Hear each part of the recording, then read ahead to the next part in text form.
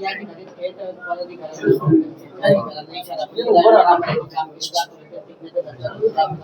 दुसरीकडे आपण बोलणार नाही, हा विधान परिषद काल नाशिक, धुळे, जळगाव अशा प्रकारचा दौरा आम्ही सुरू केला. महाराष्ट्राच्या प्रदेश राष्ट्रवादी शरद पवार पक्षाच्या कार्यालयामध्ये ज्या आमच्या बैठका झाल्या होत्या, त्या बैठकीच्या दरम्यान बऱ्याच पदाधिकाऱ्यांचं असं म्हणणं होतं की आम्ही राज्याचे नेते येतो, परंतु इथे तुम्ही जिल्हा स्तरावरचे, तालुका स्तरावरच्या पदाधिकाऱ्यांशी संवाद साधावा म्हणून आम्ही कालपासून हा दौरा सुरू केलेला आहे. आमचं म्हणणं असंच आहे की पक्ष संघटना ही ग्रासरूट पासून उभी राहिली पाहिजे. अनेक नेत्यांनी पक्ष सोडलेला आहे, परंतु नव्या उमेदवारांनी आजही आमच्या बरोबर प्रामाणिकपणाने काम करणारे कार्यकर्ते आहेत, पदाधिकारी आहेत, जे संघर्षाच्या काळामध्ये ठामपणे राहिले. कालच्या नगरपालिका, नगर परिषद, जिल्हा परिषद, पंचायत समितीच्या निवडणुका आपल्या व्हायच्या, पण काय झालेल्या स्थानिक स्वराज्याच्या निवडणुकीला त्यांनी पक्षाच्या बाबतीमध्ये प्रामाणिक राहून लढाई केली. महाराष्ट्रामध्ये फार मोठ्या प्रमाणात आम्हाला यश आलं नाही, पण जळगावमध्ये त्यातल्या त्यात चांगल्या प्रकारचं यश आलं याचा मी मुद्दाम उल्लेख करतो. आणि म्हणून पक्ष संघटना मजबूत करण्याच्या बाबतीमधला निर्णय घेत असताना राज्य स्तरावरच्या असलेल्या बॉडीपासून ते फ्रंटलच्या प्रत्येक बॉडीच्या असलेल्या पदाधिकाऱ्यांनी आता काम केलं पाहिजे. संघटना ही नेत्यांची नसून आता कार्यकर्त्यांची संघटना केली पाहिजे, कारण नेते गेल्यानंतर पूर्ण संघटना घेऊन जातात. यात बदल करण्याचा दृष्टिकोन आम्ही घेतलेला आहे. मला वाटतं की जळगावमध्ये चांगल्या प्रकारची यश पक्षाला येणाऱ्या भविष्य काळामध्ये मिळू शकतं, हा आत्मविश्वास आहे. त्यामुळे आम्ही संवाद साधला. बऱ्याच लोकांनी, आपल्या कार्यकर्त्यांनी, पदाधिकाऱ्यांनी सूचना पण केलेल्या आहेत. त्या सगळ्या सूचना लक्षात घेऊन काही महिना अखेरपर्यंत, या महिना अखेरपर्यंत किंवा जूनच्या पहिल्या आठवड्यापर्यंत पूर्णपणाने नवीन जुन्यांचा मिलाप करून चांगल्या प्रकारची संघटना ही केरळ राज्यस्तरीय आणि जिल्हास्तरीय करण्याच्या वरती मला पदाधिकाऱ्यांना मी सूचना केलेल्या आहेत. 1 वर्ष पक्षासाठी सगळ्यांनी योगदान द्यायचं, दिवस रात्र मेहनत करायची, ग्रासरूटवर जाऊन तालुका जिल्हा स्तरावर या ठिकाणी बैठका घेऊन पक्ष बांधायचा, जनतेच्या प्रश्नासंदर्भामध्ये आंदोलनाला उतरायचं, परिणामाचा विचार न करता त्या ठिकाणी लढाई करायची. जिथे राज्याच्या नेत्यांची, जिल्ह्याच्या नेत्यांची ताकद लागेल तिथे त्यांनी ती ताकद द्यायची, असा विश्वास दिलेला आहे. मी तुम्हाला खात्री देतो, एक साधारणतः 1 ते 1.5 महिन्याच्या आतमध्ये जळगावमध्ये चांगल्या प्रकारची पार्टी, कार्यकर्त्यांचा पक्ष म्हणून चांगल्या प्रकारचे उभं केलेलं तुम्हाला पाहायला मिळेल. विषय असा होता की जे कार्यकर्ते बोल बघतो सगळ्यांची नाराजी अशी आहे की आजच्या निवडणुकीच्या वेळी काही आर्थिक पाठबळ मिळालेलं नाही. याबाबत काय सांगतो? नाही, आता सध्याच्या निवडणुका जर आपण बघितल्या तर निवडणुका लोकांच्या प्रश्नावर, लोकांच्या विकासावर होतात का, याच्या प्रकारचा प्रश्नचिन्ह आहे. सत्ता मिळवण्यासाठी सत्तेतून पैसा, पैशातून सत्ता, ही समीकरण आज आपण पाहतो. काल म्हणजे कालच्या पण राज्याच्या निवडणुका झाल्या, त्यामध्ये योजनेमधून लोकांना योजना देण्याचा प्रयत्न केलेला आहे, त्यातून मतं मिळवायची, अशा प्रकारचं समीकरण बघितल्यानंतर कार्यकर्त्याची खंत आहे. कारण आम्ही पक्ष म्हणून कार्यकर्त्यांना संधी देतो, परंतु बाकीच्या पक्षामधून ज्या पद्धतीने निवडणुका लढवण्याची समीकरणं असतात त्यात आम्ही कमी पडतोय, अशा प्रकारची त्यांनी खंत व्यक्त केलेली आहे. माझं म्हणणं आहे की ही लढाई आहे, ही लढाई आम्ही विरोधी पक्षामध्ये आहोत.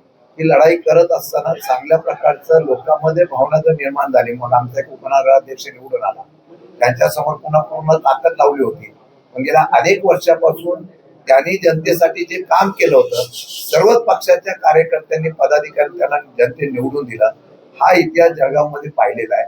तोच आत्मविश्वास देण्याचा प्रयत्न करू. मला माहिती आहे की समोरच्या सत्तेमध्ये असलेल्या लोकांच्या असलेल्या सर्व ताकदीच्या समोर आम्ही कमी पडतो, पण जनमत उभं करण्याचा प्रयत्न आम्ही करावा, अशा प्रकारची सूचना आम्ही केलेली आहे. पक्ष संघटना कागदावरच असल्याचं अनेकांनी सांगितलं. पक्ष संघटना केवळ कागदावरच अस्तित्वामध्ये सध्या. तुम्हाला 1.5 महिन्याची मी मुदत दिलेल्या 1.5 महिन्यामध्ये या ठिकाणी पक्ष कागदावर राहणार नाही. त्या ठिकाणी पक्ष तर बांधला जाईल, पण आमचे सगळे महाराष्ट्रातले जेवढे नेते आहेत त्यांना सुद्धा आम्ही दौरे करायला लावू, मतदारसंघवाईज दौरे करू आणि माझ्यापासून ती सुरुवात करणार. सर, तुम्ही राज्यात पोलीस भरतीमध्ये भाषणामध्ये तुम्ही सांगितलं की आता कार्यकर्त्यांना 2 महिने देतो पदे दिली जातील, प्रत्यक्ष फील्डवर काम करावं लागेल, पक्षासाठी वर्षभर द्यावं लागेल. पण गेल्या काही निवडणुकांचा जर आपण काळ पाहिला तर नेत्यांनीच कार्यकर्त्यांना वारावार सोडल्याचं चित्र होतं. म्हणजे आपण महापालिका निवडणुकीचं आता उदाहरण घेऊ, समोर भाजप सारखा, शिवसेनेसारखा आताच्या घडीला तर दिग्गजच म्हणता येतील असे पक्ष होते. साध्या नेत्यांच्या सभा होऊ शकल्या नाही, कॉर्नर सभा होऊ शकल्या नाही. अशी परिस्थिती असताना जर तुम्ही कार्यकर्त्यांकडून एवढी अपेक्षा ठेवत असाल आणि नेत्यांकडून त्यांना पाठबळ मिळत नाही, दुसरीकडे स्थानिक नेत्यांच्या बदलत्या भूमिका आहेत, अशा परिस्थितीमुळे कार्यकर्ते कात्रीत सापडलेले, तर नेत्यांना शिस्त का नाही? मी स्पष्ट करतो, मागच्या वेळा निवडणुकीचा पिरियड हा एवढा कमी होता कालावधी आणि सगळे नेते आमचे त्या निवडणुकीच्या प्रक्रियेमध्ये अडकले होते. मी स्वतः इथं जळगावला आलो होतो, परंतु या सर्व प्रक्रियेतून वेळ देता आला नाही. जेवढ्यांना शक्य होते तेवढे येऊन त्या ठिकाणी मदत करत होते.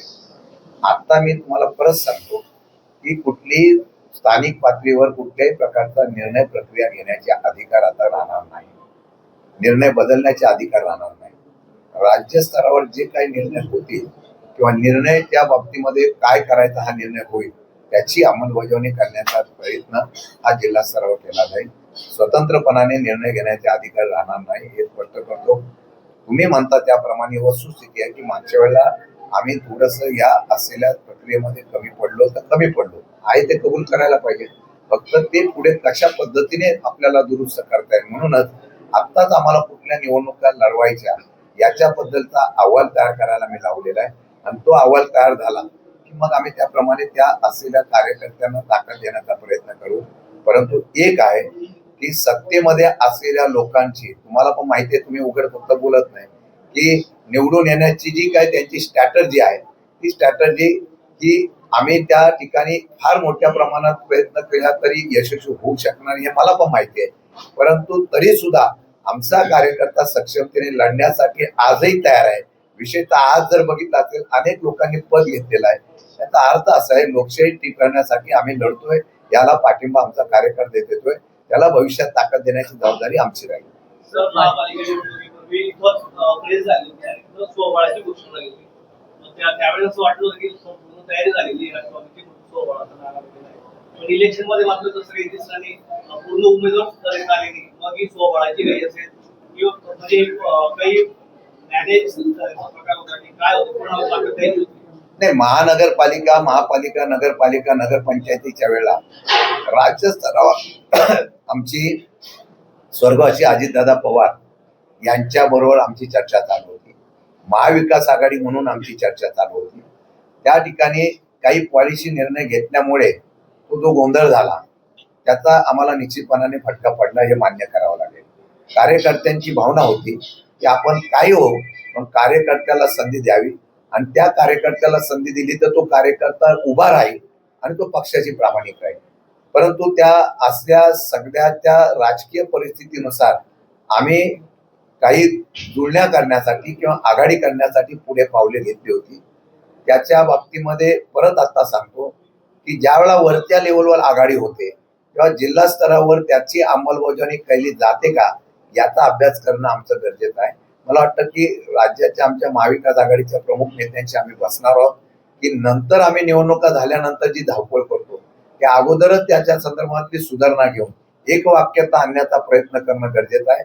तो केला तरच होईल, नाहीतर काय होतं, कार्यकर्ता खाली वरून आलेली अंमलबजावणी किंवा त्याच्या निर्णयाची प्रक्रिया राबवण्यासाठी तो मग स्वतंत्रपणे स्वतःचा कधीतरी निर्णय घेतो आणि त्याचा अडचणीचा भाग हा येणाऱ्या काळामध्ये होतो. स्वबळाची भाषा केलेली जरी असली तरी स्वबळावर आम्ही तिथं लढवण्याच्या संदर्भामध्ये ज्या काही निर्णय घेतले होते आघाडीच्या त्यामुळे निर्णय घेतले होते.